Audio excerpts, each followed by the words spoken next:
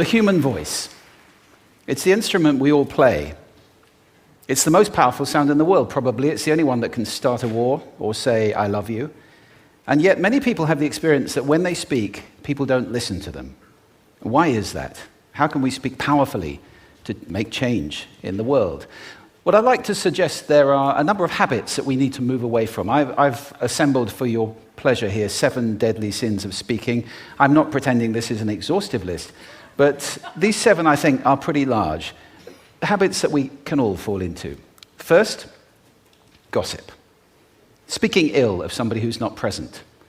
Not a nice habit, and we know perfectly well the person gossiping 5 minutes later will be gossiping about us.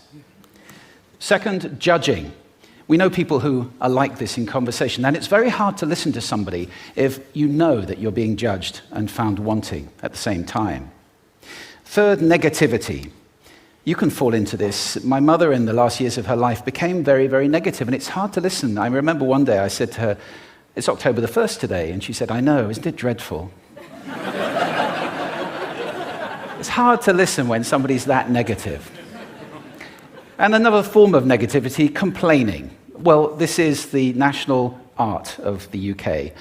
It's our national sport. We complain about the weather, about sport, about politics, about everything. But actually, complaining is viral misery. It's not spreading sunshine and lightness in the world.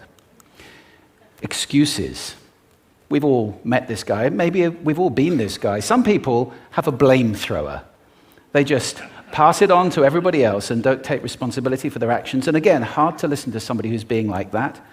Penultimate, the 6th of the 7, embroidery, exaggeration.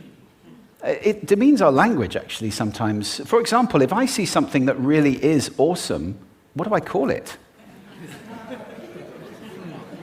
And then, of course, this exaggeration becomes lying, out-and-out lying, and we don't want to listen to people we know are lying to us. And finally, dogmatism. The confusion of facts with opinions. When those two things get conflated, you're listening into the wind. You know, somebody is bombarding you with their opinions as if they were true. It's difficult to listen to that.